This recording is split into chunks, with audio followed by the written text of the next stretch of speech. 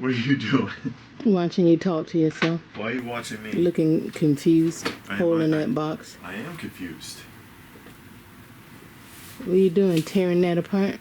Well, just reconfiguring the wall. Figuring out, you know, fitting in new pieces and trying to get things together and seeing how it looks and trying to decide if I want to leave it that way or not.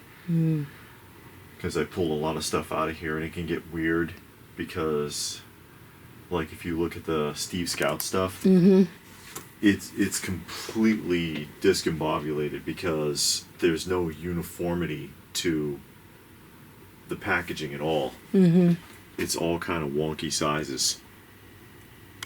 It's not like, you know, those are all the same size. Yeah.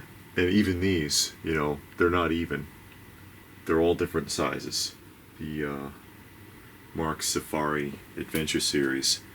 But it makes it hard sometimes to fit things in. And I'm just trying to theme the section a little bit more. These are Boy Scouts? Yeah, Steve Scout series, like Kenner 74, 75. Steve Scout Adventure Series, Official Scout High Adventure, it says. And they had some cool stuff, actually. I mean, look at this playset. When you compare, when you consider that it's like a 6th scale figure, and like the glider, which actually works, the hot air balloon that actually works. Well, you can't, it won't float, but it comes with pulleys, so you can string it along the ceiling and make it glide. They had some cool playsets. What are these Safari Adventure? Oh, Mark's Safari Adventure. They didn't get far with it. There's only 3 action figures in the series, and this is also from the early or to mid 70s. 3 figures, 1975. And these are unplayed with. But there's a whole set on the back. You can see the whole, I think the whole set's pictured on the back here. I'm missing a few pieces. I don't have the crocodile, I don't have the gorilla, or the 2 vehicles. And this they never did. The little house or shed?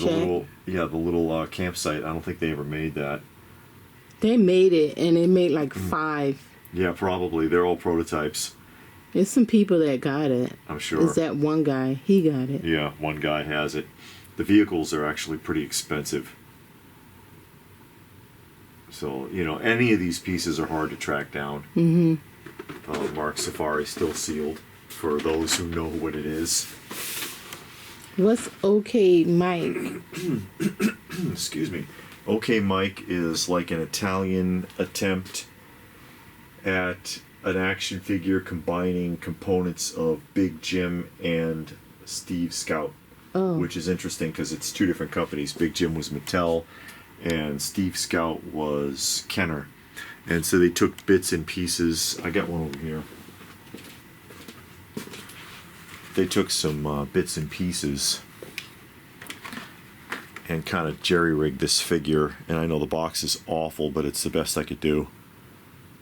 And they call him OK Mike because he's got, here's a Scout, a loose Scout, that's Bill Scout. He was a mail away. And you see how his hand is in the position of the Scout salute. So in order to use the pieces that they built, because almost all OK Mike's pieces are just knockoffs. They're not really knockoffs because they did have access to the license, but you see it's just a copy. Yeah, in a different package. In a different packaging. So if they use like Big Jim hands, he can't hold it. So they give him these little kid hands. You can see his little tiny hands in there. And so that's why he's called OK, because he's doing this. But even though this is okay, not that, but close enough, Italy, what can you do? But that's the only OK Mike I have.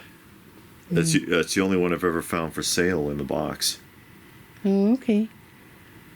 I don't know if I'm going to be able to get OK Mike back into that wall but I wanted to, because I just want it to blend together better. Maybe I can bring over the Mattel TV series figures, the Grizzly Adams and How the West Was Won. You see the Zed McCann and Lone Wolf, and then Grizzly Adams and Nakoma.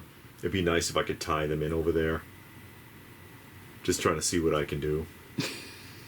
I mean, it's an ongoing struggle, trying to space things out and keep components together, follow a theme. Yeah. Like I'm discombobulated over with the $6 Million Man stuff too, because I got that Maskatron recently, and so now there was no space for the critical assignment legs. Something had to come down to get it up there, but I want to keep everything together, or as best as I can. So I got to tear this apart and figure out how to get the critical assignment legs in there without disrupting too much of everything else. You know how it is. I mean, space is always a factor.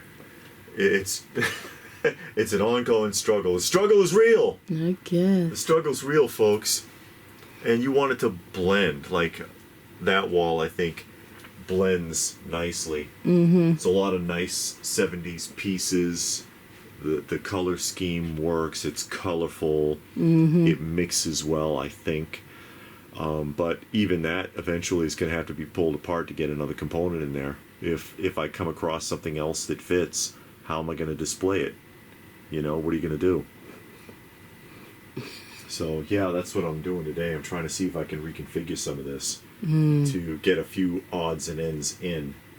The thing that threw me off here was trying to get the Safari Tiger in, because I had the Safari down here under the Star Wars. Yeah. But then I couldn't display the Tiger, and I had a couple of pieces stacked. Like this is the mail-away lion in the box, and I had nowhere to put it, so I just had it kind of sitting on top of the elephant, and it didn't feel right. And so now I'm driving myself nuts trying to get it all to fit in a way that looks good, But what are you gonna do? That's the struggle, folks.